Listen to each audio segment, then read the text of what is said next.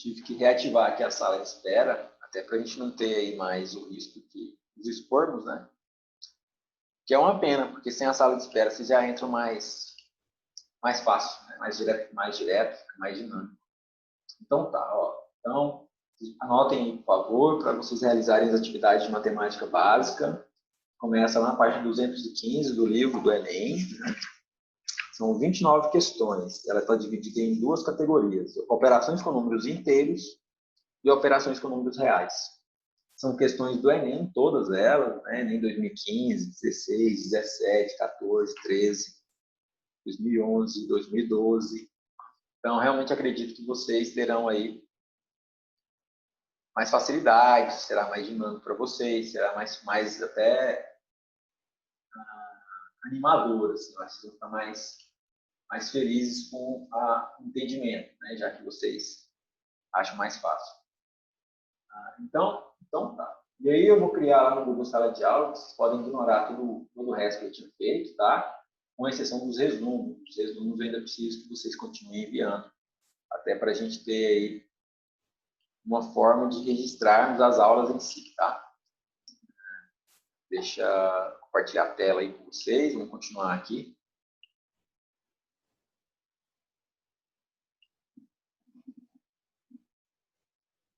Vamos resolver alguns exercícios, tá, gente? Deixa eu só posicionar aqui, a Gisele entrou aí agora. A João também. Ó, vamos ler aqui o primeiro exercício. Tá no número 1, ele fala o seguinte para a gente, ó. Vou resolver, eu já tinha me organizado para resolver alguns exercícios de fixação, eu resolvo com vocês, depois vocês fazem do Enem. A gente pode até pensar aí na nossa dinâmica das aulas, eu resolver questões do Enem com vocês. Mas, já que a gente tem esse material, acho importante a gente pelo menos comentar sobre os exercícios. Até mesmo porque a gente tem outros vestibulares próprios também, com diferença do Enem. A quantidade M de um certo isótopo radioativo é dada em gramas como função do tempo T pela relação M igual a M0 vezes E elevado a menos 4P, onde E é igual a 2,7182. Esse E é o número de Euler, que se escreve Euler, tá? E é a base do sistema natural de logaritmos, e M0 é a quantidade inicial do isótopo, no tempo t igual a zero, medidos em segundos. Essas funções julgo os itens a seguir. Então, olha só, eu reescrevi a equação aqui para vocês, está até relacionado com uma dinâmica que eu gostaria de perguntar se funciona com vocês, tá? Já que vocês falaram que a questão do papel fica ruim e tudo mais. Então, o que é a minha ideia aqui, ó? A minha ideia é digitar a equação, tá vendo? Ó, essa equação aqui é exatamente a que está aqui, ó. M0 nada mais é do que o valor inicial, tá? É o valor de M para t igual a zero. Quando ele começa, ele já começa nesse valor aqui. Agora eu queria que vocês anotassem algumas observações gerais sobre a função exponencial que a gente vai identificar aqui nessa questão. Sempre que a potência for negativa, esse resultado vai diminuir para cada vez que eu aumento o meu P. Então, se a potência é negativa, para t igual a 1, é um valor. T igual a 2 é um valor menor. Então, ela é decrescente, tá? Expoente negativo, função decrescente. E ela pode ser reescrita nesse formato aqui, ó. Essas duas equações representam exatamente a mesma coisa. Eu queria que vocês anotassem as duas aí no cantinho, até para vocês se familiarizarem com isso. Tudo que está negativo lá em cima passa para baixo com a mudança do sinal. Então, o que está negativo fica positivo. Se ele tivesse positivo e por alguma razão eu colocasse ele embaixo, ele ficaria negativo. Então, eu preciso inverter o sinal sempre que eu tenho aqui a situação da inversa da função. Né? Inversa, você tem que colocar embaixo e em cima. Tá?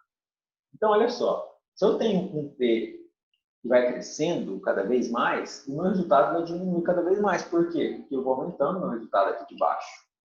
Então, o meu denominador, se o meu denominador cresce, e o meu M0 é um valor constante, quanto mais eu cresço o meu denominador, menor será o meu resultado final. E aí, o que ele pergunta lá no item 1, verdadeira, correta ou errada? No item 1, ele pergunta assim, ó, qual é o valor de m, ou seja, dessa função, para quando t for igual a zero. Eu posso aplicar t igual a zero em qualquer uma dessas duas caras da função aqui, ó. Tá? A questão é que aqui embaixo fica mais fácil de visualizar. Qualquer número elevado a zero é 1. Então, se o meu e fica elevado a 4 vezes zero, o meu e fica elevado a zero e o meu m0 dividido por 1. Então, nesse caso aqui, ó, nesse caso do item 1, o que eu tenho? Eu tenho um m igual a um m0 que está dividido por e elevado a 4t. Só que nesse caso aqui, o meu p é zero. Então, no lugar do t, eu vou colocar aqui assim, ó, vezes zero. E esse m0 aqui, ele é subscrito, eu vou colocar desse jeito aqui, para vocês se identificarem com mais facilidade. Se eu fico com ela desse jeito aqui, se eu tenho essa estrutura, como que fica, então? Quanto que é 4 vezes 0, gente? 4 vezes 0, é só o zero aqui em cima. Aí, m elevado a zero é 1. Fica m dividido por 1. M0, m é igual a m0 dividido por 1. M é igual a m0. Certo? Ó, vai ficar assim. Essa aqui, ó, é a resolução desse item 1. É por isso. Porque, ó, eu substituo meu t por 0, 4 vezes 0 que dá 0. Deixa eu aumentar o espaçamento aqui, as operações. E elevado a 4 vezes 0, fica e elevado a 0. E elevado a 0 é 1. M0 dividido por 1, M0. Então, olha só o que ele perguntou. O M de 0 é igual a M0? Sim. Quando o meu t for 0, o meu M é igual a M0. Certo? Essa aqui é a resolução, ó, desse item 1 aí, tá? Só um minutinho, deixa eu voltar aqui. Então, eu vou até colocar aqui como observação. Tem. Então, tá. O que ele pergunta na Dores, né? Então, o item 1 está correto por causa disso, tá, gente? Alguma dúvida? Não? Aí, por exemplo, toda vez eu vou substituir no t. Ele te deu a estrutura da equação, eu reescrevi ela aqui só para facilitar a dinâmica, né? Mas eu tenho que substituir aqui, ó. Quando ele falar assim, ó, m de 0, significa que esse meu m está em função de t. Então, eu preciso substituir meu t por 0. Existe uma diferença entre m de 0 e m0. Anota aí, por favor. M de 0 é o valor inicial. O valor inicial considerado. É o primeiro dado que você tem. É um valor de referência. Como se fosse o seu x0 e y0.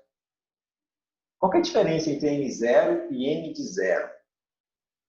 M de 0, o t tem que ser 0. E m0, intuitivamente falando, a gente chega na conclusão que é exatamente a mesma coisa, mas não é sempre assim, tá? Aqui nesse caso é assim, mas nem sempre. Por exemplo, se o meu relógio estivesse rodando e eu tivesse um tempo igual a 10 segundos e eu começasse a contar a partir dele, o meu M0 seria 10.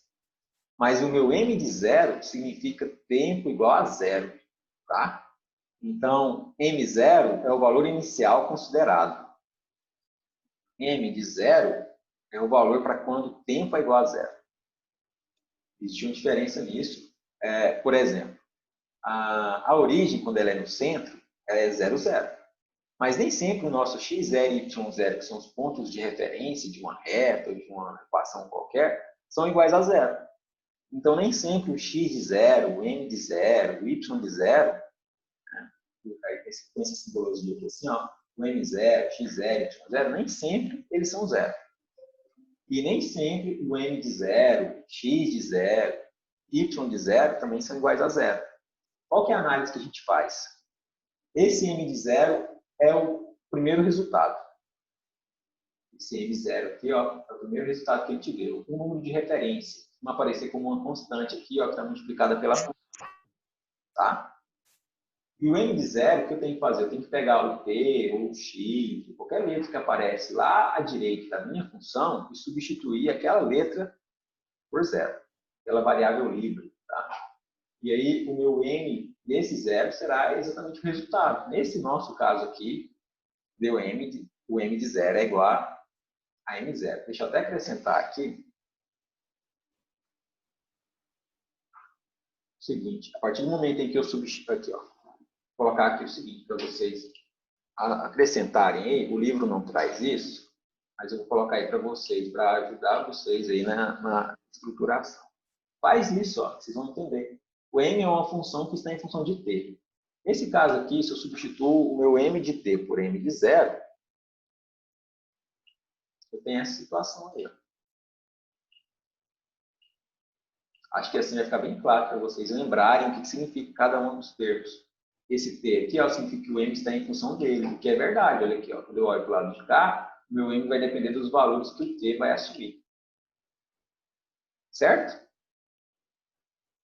Alguma dúvida? Aí, por exemplo, toda vez que aparecer qualquer tipo de outra letra no lugar do T, significa que o M vai estar em função dessa letra? Exatamente. Sempre, tá? Tá. Então, por exemplo, se tivesse aqui assim, ó, m igual a m0 vezes e elevado a xy.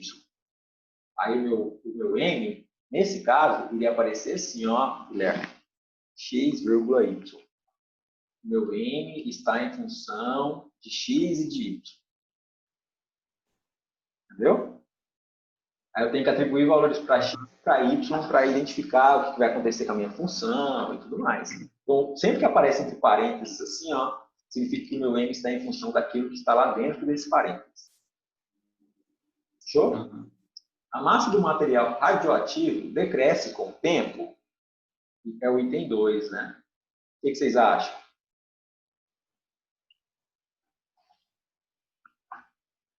Item 2. Correto. Por quê? Porque quanto maior o meu valor de T, menor é o resultado. Menor é o M. Vou colocar assim. Faz sentido, faz sentido. Por quê? Porque quanto mais eu aumento o meu T aqui, maior é meu denominador. Como o meu M0 é um valor constante, meu resultado será sempre menor do que o anterior para cada vez que eu aumento o meu T. Certo? Então, faz sentido ela estar correta. Após um segundo, mais da metade do material radioativo continua presente? A gente tem que verificar isso. Após um segundo. Então, ele começou com o M0. Depois, aí eu tenho aqui o E elevado a 2,7182, e aí o que ele fala aí no item 3, tá? Vou até acrescentar aqui embaixo. Vou separar aqui, ó. Deixa eu fazer assim. Item 3. Olha só como que é o raciocínio para esse tipo de questão, tá, gente? Após um segundo. Então, se é após um segundo, o que eu faço? Quando ele atribuir valores, assim, quando ele te perguntar sobre valores, você pega a equação original e aí você coloca ela lá. Começa por ela. Desculpa, estou não copiando. Então, eu vou começar por ela.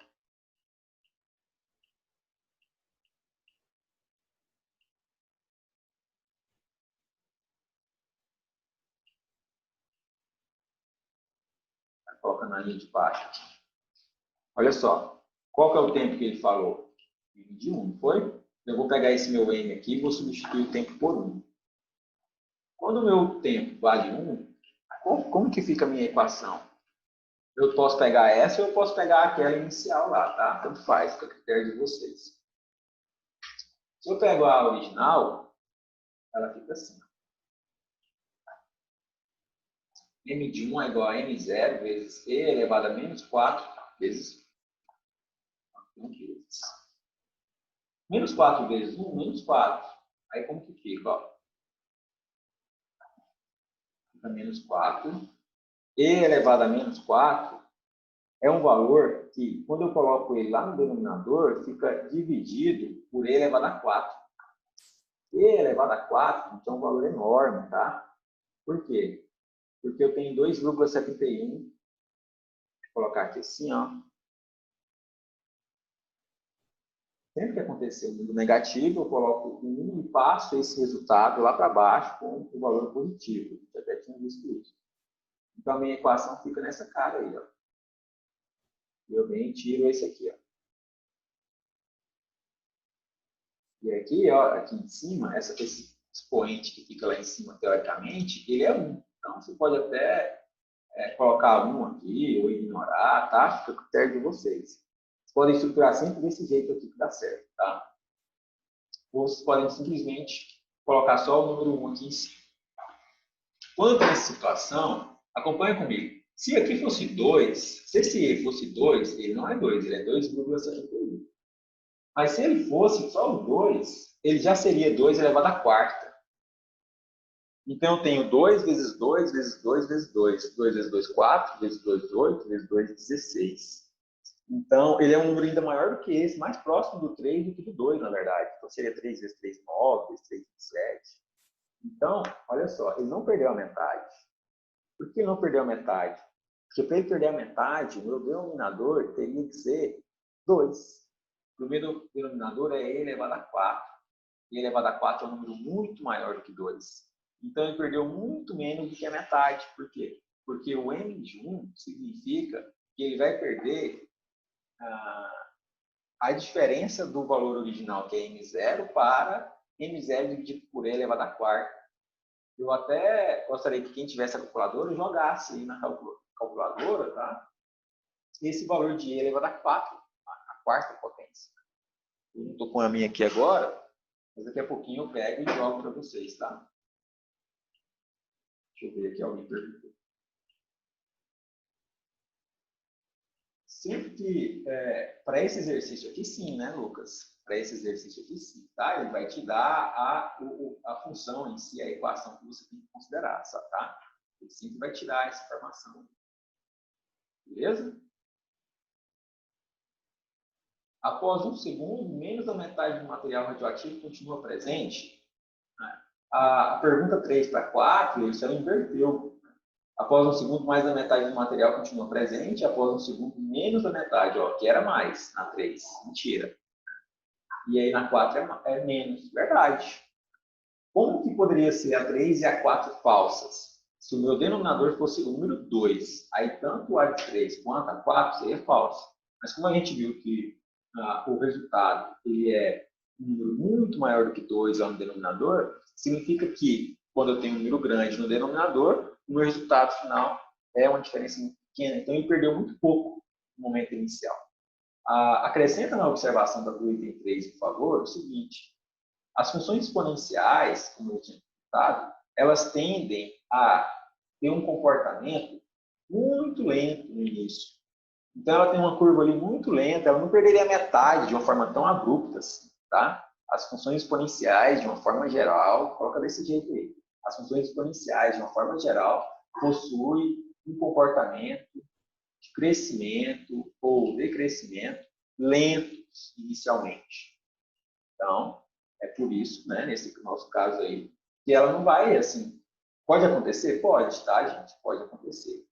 Mas não na maioria dos casos, tá?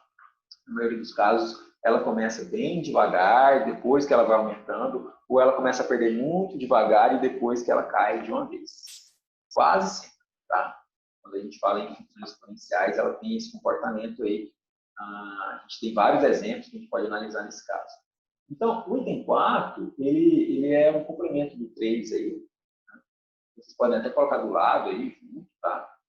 Eu até diminuí para vocês verem com mais facilidade.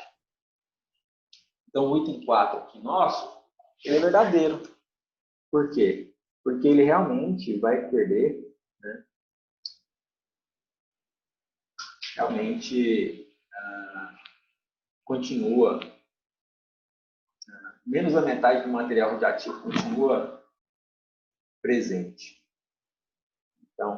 Então se... Deixa eu só fazer uma leitura aqui. Olha só a 3. Após 1 segundo, mais da metade do material radioativo continua presente. Olha só o que aconteceu com ele.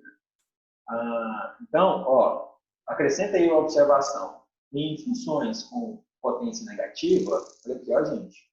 Para só um minutinho, deixa eu compartilhar essa tela aqui com vocês, para que vocês vão entender com mais facilidade. Ó. Quando a minha potência é negativa, O que acontece? Ó, aqui eu tenho potência positiva, potência entre 0 e 1 e potência negativa, tá?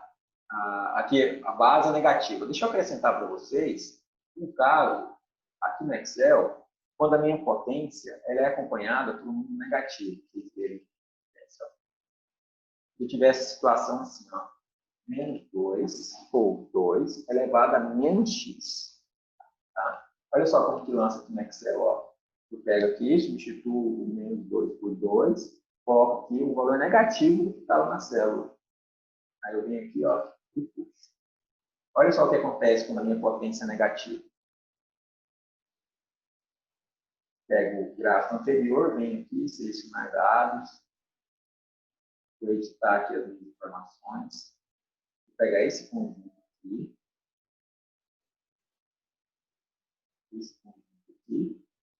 e para y eu vou pegar esse conjunto. Deixa eu comparar, deixa eu mostrar para vocês um comparativo. Olha só que legal. Esse que eu fiz agora, ele é exatamente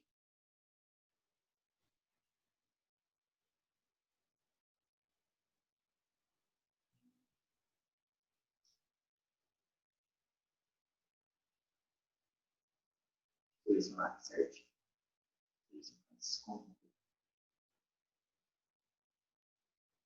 Legal. Não tinha confirmado que eu tinha feito. Gente, queria que vocês desenhassem esses dois casos aqui, ó. Deixa eu colocar eles um do lado do outro.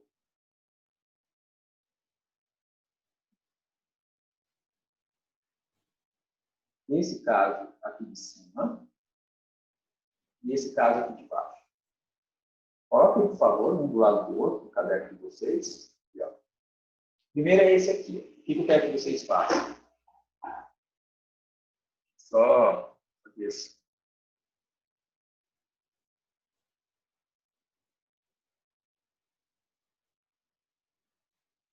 Fica mais fácil de visualizar.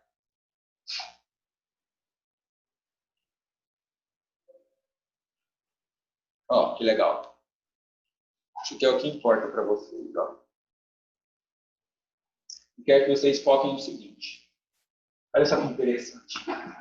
Eu tenho exatamente o mesmo número, só que aqui nesse primeiro caso ele está elevado a x. Nesse segundo caso ele está elevado a menos x. Quando ele está elevado a x, ele começa crescendo bem devagar, muito devagar, e depois ele começa a crescer de uma forma muito rápida. Então, eu tenho aqui uma taxa de crescimento mínima e depois eu tenho uma taxa de crescimento enorme.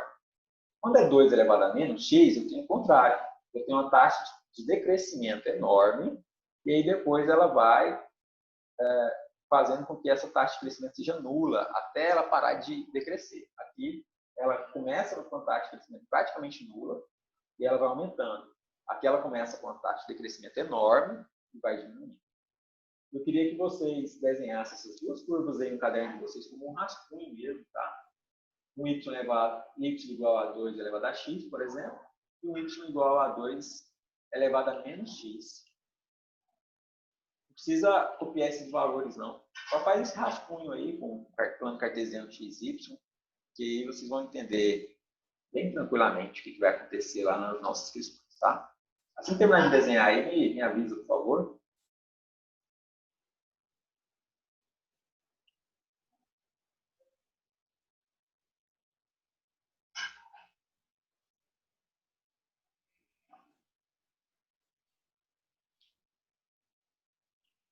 Não sei como é que está aparecendo aí para vocês, está pequeno, está grande.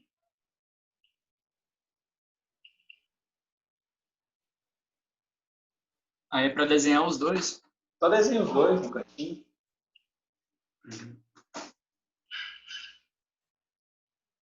Então, olha a semelhança, né? Ela é muito parecida, existe uma certa identidade no comportamento, só que uma está da esquerda para a direita, de baixo para cima, e a outra está da esquerda para a direita, de cima para baixo.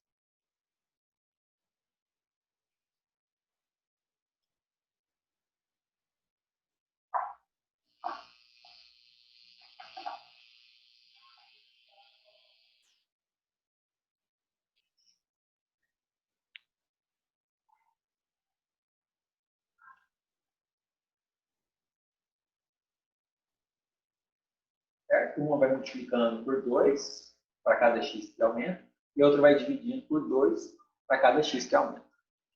Tranquilo? Posso continuar aqui? Nesse caso aqui, aquela equação nossa, ela tem essa cara aqui, ó, ou essa aqui, ó.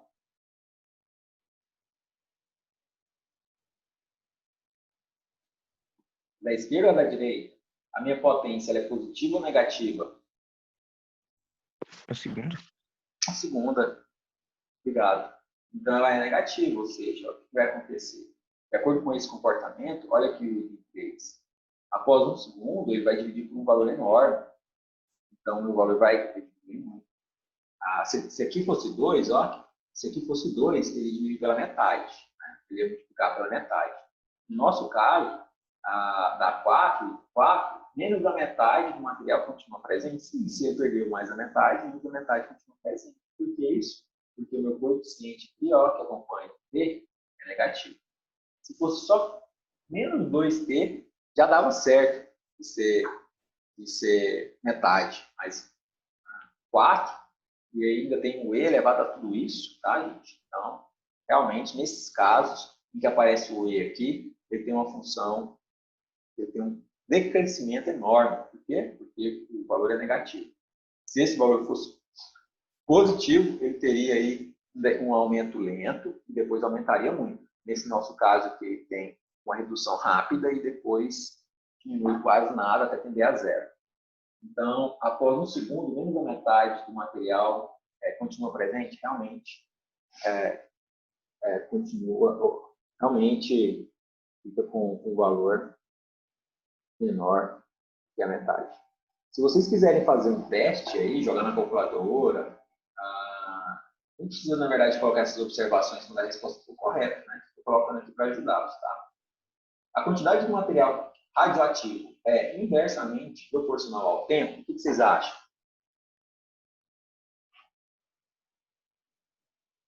A quantidade do material radioativo é inversamente proporcional ao tempo?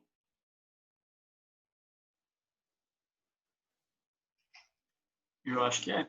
Então, é um pega, tá? Eu quero que vocês anotem aí, eu fiquei esperando alguém responder. Realmente faz sentido, quanto maior o tempo, menor é a minha quantidade. Acontece o seguinte, não é só em função do tempo, eu tenho uma função que é um E elevado a menos 4 vezes o tempo. Então, por exemplo, ó, se ele tivesse perguntado assim, a quantidade do material radioativo,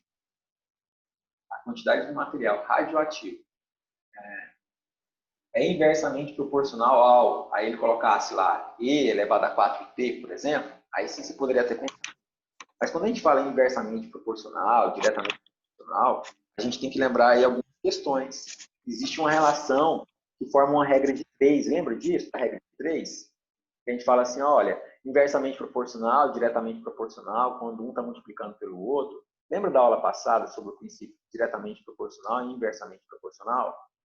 Quando era diretamente proporcional, ele não estava um multiplicando pelo outro, e quando era inversamente proporcional ali, eu tinha um produto e diretamente proporcional eu tinha uma divisão. Vocês lembram disso? Está anotado aí na aula passada de vocês. Pega o material, por favor.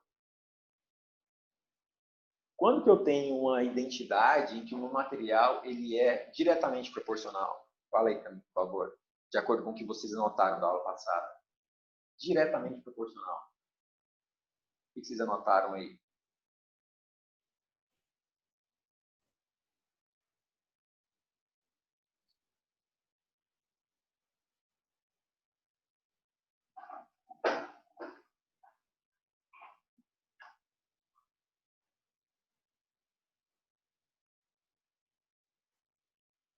Quem? A aula passada, no caso, foi a quarta-feira, não foi? Você tá falando? Quando a gente discutiu ali sobre as grandezas, na verdade foi anterior a essa, né? Na terça-feira, não foi que a gente discutiu sobre as relações inversamente proporcionais e diretamente? A quarta a gente fez uns exercícios, né? Lembra que a gente fez aquele que eu fiquei em dúvida na 2, você mandou lá no grupo depois? Olha, quando eu tinha grandezas diretamente proporcional, eu tinha assim, ó, A sobre B é igual a C sobre D, Aí eu criei uma relação entre A e B e falei que A e B são diretamente proporcionais, que A e D eram inversamente proporcionais, que estavam multiplicando, mas vocês lembram disso? A gente fez isso. Nesse nosso caso, para a gente falar que a quantidade de material radioativo é inversamente proporcional ao tempo, a quantidade de material tinha que estar multiplicando pelo meu tempo. E ele não está multiplicando pelo tempo, não é uma relação linear. Eu tenho um E elevado a um 4T. Então, o que acontece na curva? A curva ela não forma uma linha, ela não é uma reta. E diretamente proporcional e inversamente proporcional possui uma relação linear entre esses valores, tá, gente? Então, por isso que isso está errado. Fala aí, Steph. C diretamente e A e D é inversamente? É isso que o senhor disse? Repete, por favor, Steph, a pergunta. A e C é diretamente e, tipo, A e D é inversamente proporcional? Isso, a gente tinha falado isso, não era?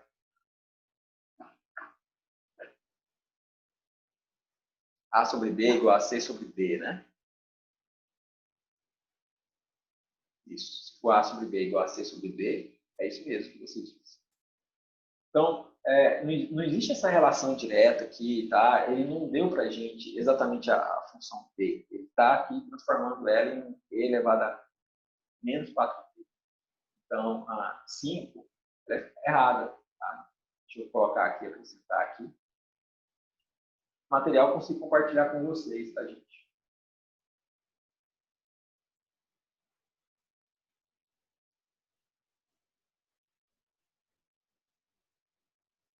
Vou colocar aqui 5. 5. Errada.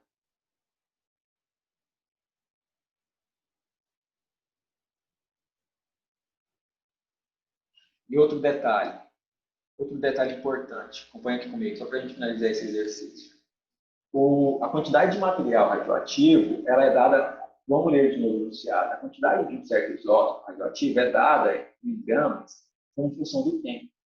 Quanto maior o tempo, menor é a minha grandeza, mas não é diretamente ou inversamente. Por quê? Porque não é uma relação linear.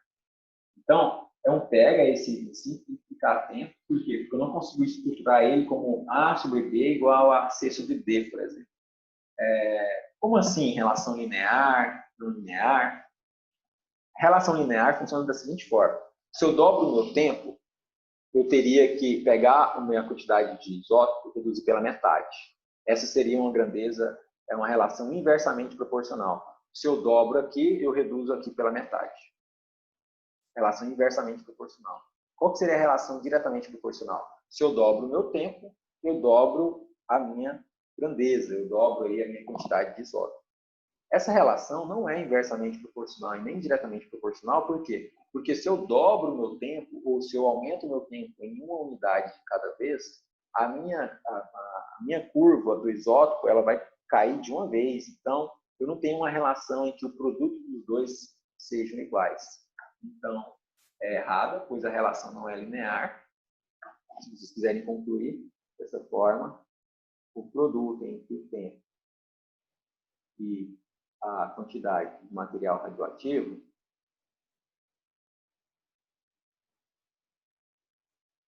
radio não serão iguais.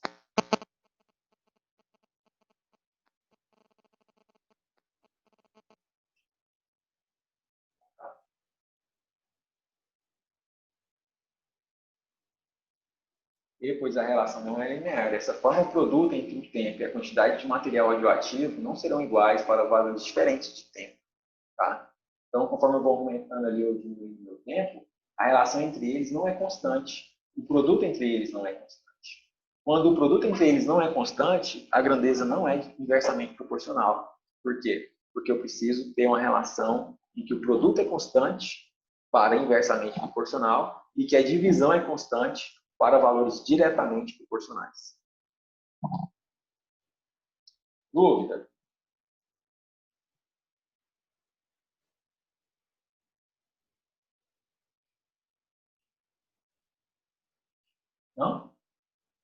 Ninguém?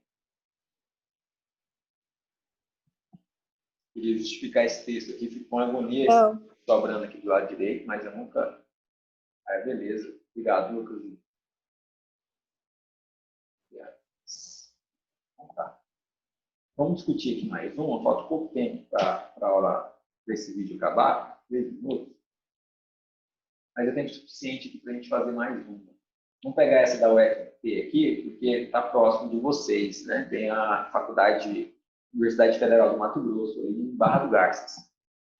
Sejam f e g duas funções reais de variáveis reais definidas por f de x igual a 5 sobre 2x e f de x igual a 1 sobre 5x. A partir desses dados, julguem os itens a seguir. Os gráficos de f e de g se interceptam em 5 sobre 2 e 1 sobre 5. Por exemplo, quando o meu x for 5 sobre 2, o meu y é 1 sobre 5, é só substituir. Pega esse x e substitui por 5 sobre 2. 5 sobre 2 é elevado a 5 sobre 2. Vocês acham que vai dar 1 sobre 5? Sabe o que significa pegar 5 sobre 2 e elevar a 5 sobre 2, gente? Vocês conseguem criar a relação entre a base e potência? Sim, como é que está a lembrança de vocês sobre a potência 5 sobre 2? Concorda comigo que está entre 2 e 3, né? Porque é 2,5. 5 sobre 2 é 2,5. Elevar um número a 5 sobre 2 é a mesma coisa que elevar ele a 2,5. Como assim elevar a 2,5? Eu posso usar a calculadora, óbvio, mas lá na hora vocês não terão uma calculadora. Então, qual que é a dica que eu dou para vocês, tá? Transforma isso em potência, eliminando a fração. E coloca a fração como raiz quadrada, por exemplo. Deixa eu falar em outras palavras. 5 sobre 2 elevado a 5 sobre 2 é a mesma coisa de elevar esse número à quinta potência dentro de uma raiz quadrada. Se eu pego 5 sobre 2 e elevo a quinta potência, eu tenho que pegar 5 vezes 5, vezes 5, vezes 5, vezes 5. 5 vezes 5, 25, vezes 5, 125, 625, e aí eu vou fazendo. Vocês acham que, depois de pegar todos esses números, 5 sobre 2, multiplicar pela quinta potência, tirar uma raiz quadrada disso, vocês acham que esse resultado vai dar um valor inteiro? 1 sobre 5? Vai. Tá? Coloca a observação aí, por favor. Potência em fração com raiz quadrada no denominador, ou seja, eu tenho um número que o 2 está embaixo. Na grande maioria das vezes, não será um valor inteiro. Tá? Potência em fração, na grande maioria, não resulta em valores inteiros. Por quê? Porque é muito improvável você elevar uma fração à quinta potência, tirar a raiz quadrada disso, e isso dá um número inteiro. Não faria muito sentido, na verdade. Tá? Então, você nem tem que fazer muita conta aqui, não. É só você olhar para a cara dela e você já pode chegar nessa conclusão. Olha só, ele pegou os mesmos valores, né? Eu substituí o x aqui, ó, por 5 sobre 2, depois vocês podem até fazer essa continha. Mas a 1 é errada, tá? Porque se eu substituir o x por 5 sobre 2, eu não tenho para essa f de x 5 sobre 5. Depois eu comparo para vocês, eu faço depois separado em mão. As funções f e g são decrescentes. Decrescente só se a minha função lá em cima tivesse uma potência negativa, não é o que acontece. O vídeo vai interromper, eu vou criar outro para a gente concluir esse exercício aqui, só um minutinho. Vamos ver aqui.